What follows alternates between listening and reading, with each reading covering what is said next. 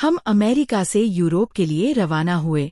वहां पहुंचने के बाद हमने एक कार किराए पर ली और एक महीना पश्चिमी यूरोप की सैर में बिताया।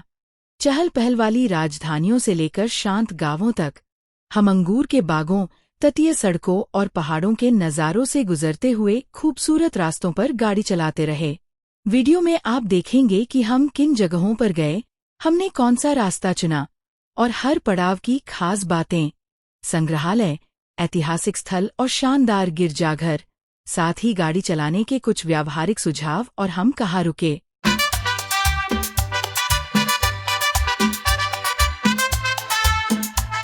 सभी को नमस्कार और हमारे channel Mathura couple in USA में आपका स्वागत है।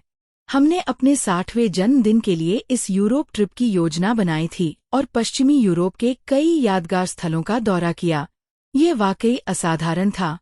हम वो सब कुछ साझा करेंगे जो हमें पसंद आया।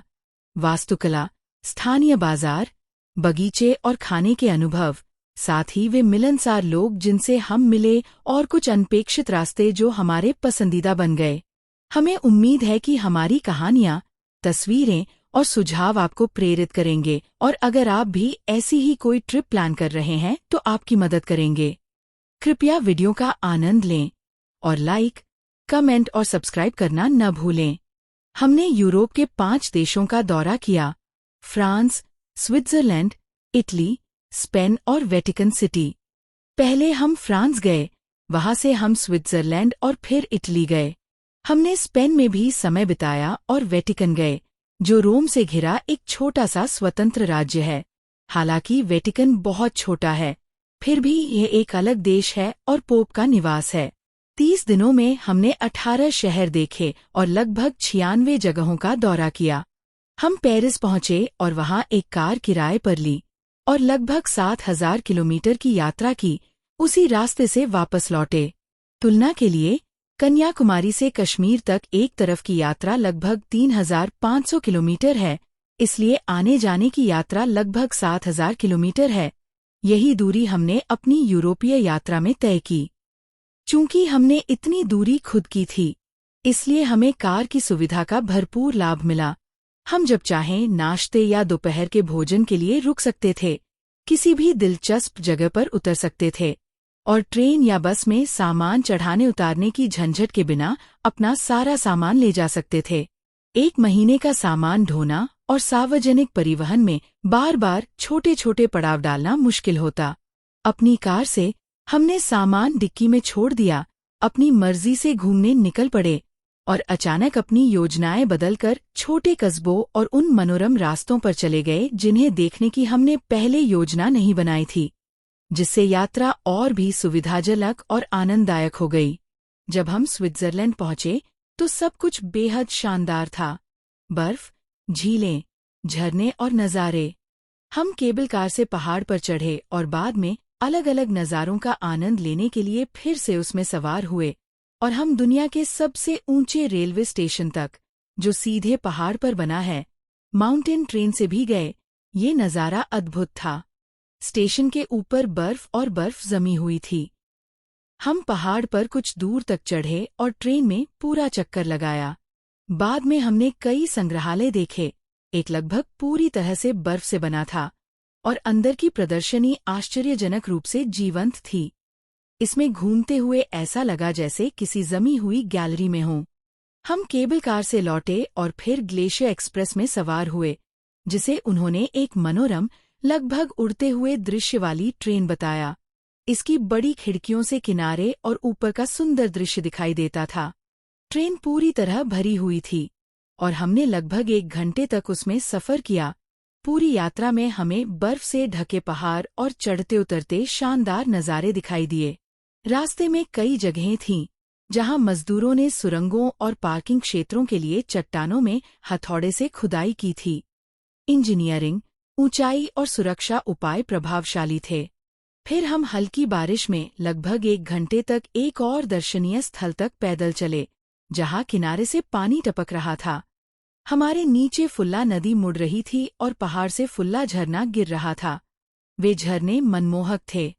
हमने फुल्ला स्नो माउंटेन देखा, जिसके ऊपर सब कुछ सफ़ेद था और ढलानों में बनी गुफाएं और दरारें।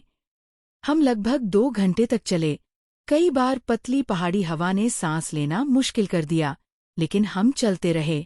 गर्म कपड़े पहनकर उन सभी गुफाओं में प्रवेश करना बहुत अच्छा लगा। बाहर निकलने के बाद हमें एहसास हुआ कि जहां हम पहुंचे थे और गाड़ी चला रहे थे, वहां की ऊंचाई 8000 फीट से भी ज्यादा थी, और हम उस बर्फीली चोटी के पास खड़े होकर कई तस्वीरें लीं।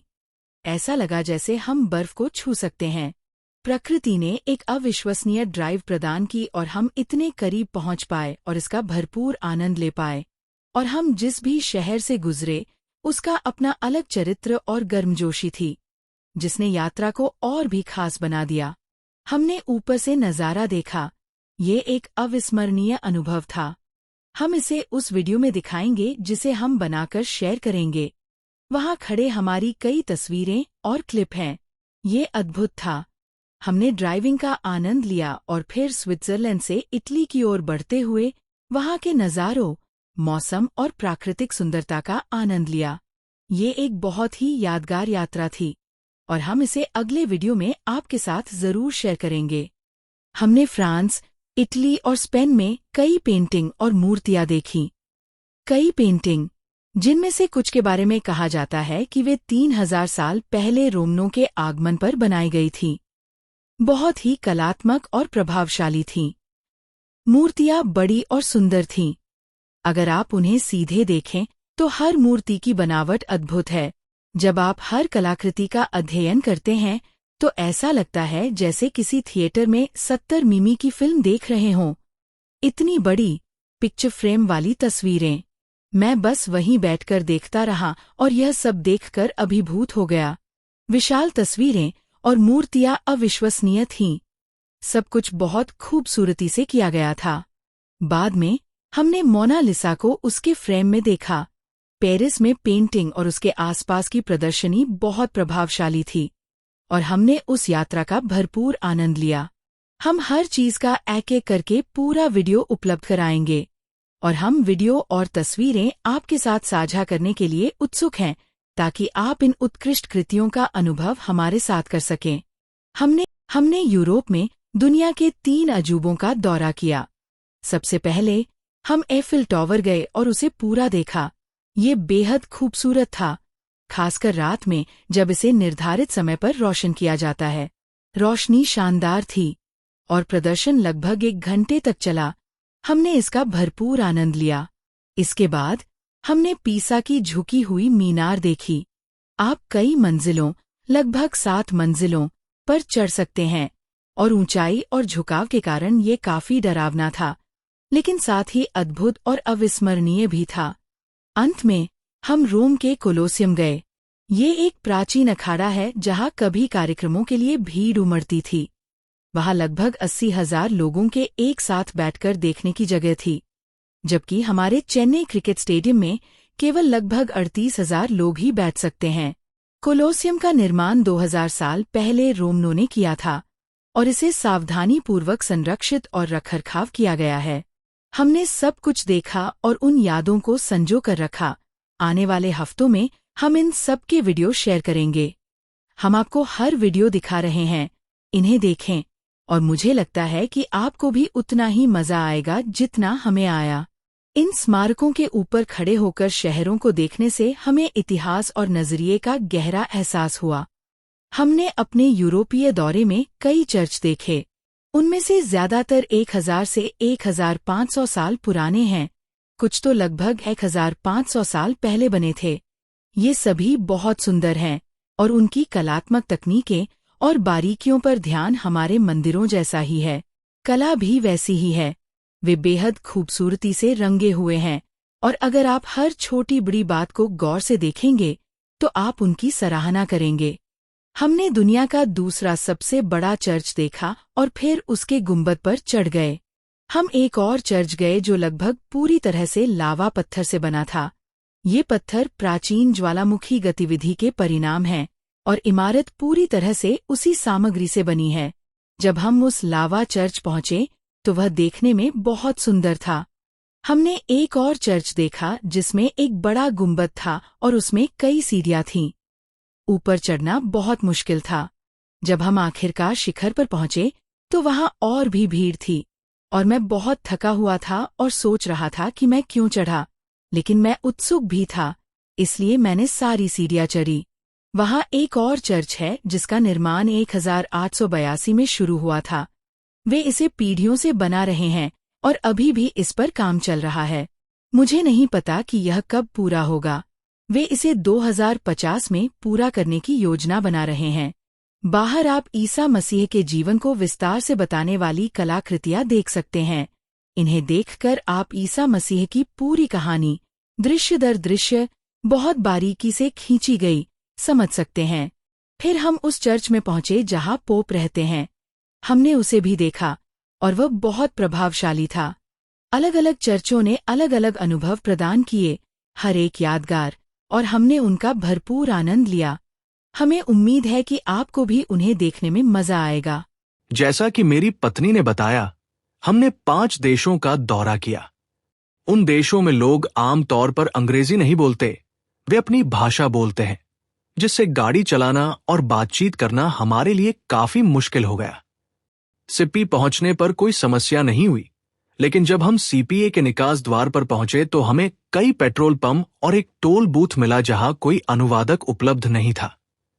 हम एक ऐसे टोल बूथ के पास पहुंचे जहां कोई कर्मचारी नहीं था। एक रिकॉर्ड किया गया संदेश निर्देश बजा रहा था और हम किसी तरह भुगतान करके आगे निकल पाए। अगर आप समझ गए तो कोई बात नहीं। भाषा की बाधा को दूर करने के लिए हमने साइनेज, एप्स और इशारों पर भरोसा करना सीखा, जिससे हमें सफलतापूर्वक नेविगेट करने में मदद मिली। Introdurre il biglietto. Introdurre il denaro o la tessera. Avvicinare la carta al lettore o introdurre una carta, una tessera o il denaro. Prego attendere. Validazione carta. क्या आप समझ गए? अगर आप समझ गए तो मुझे कोई आपत्ति नहीं है।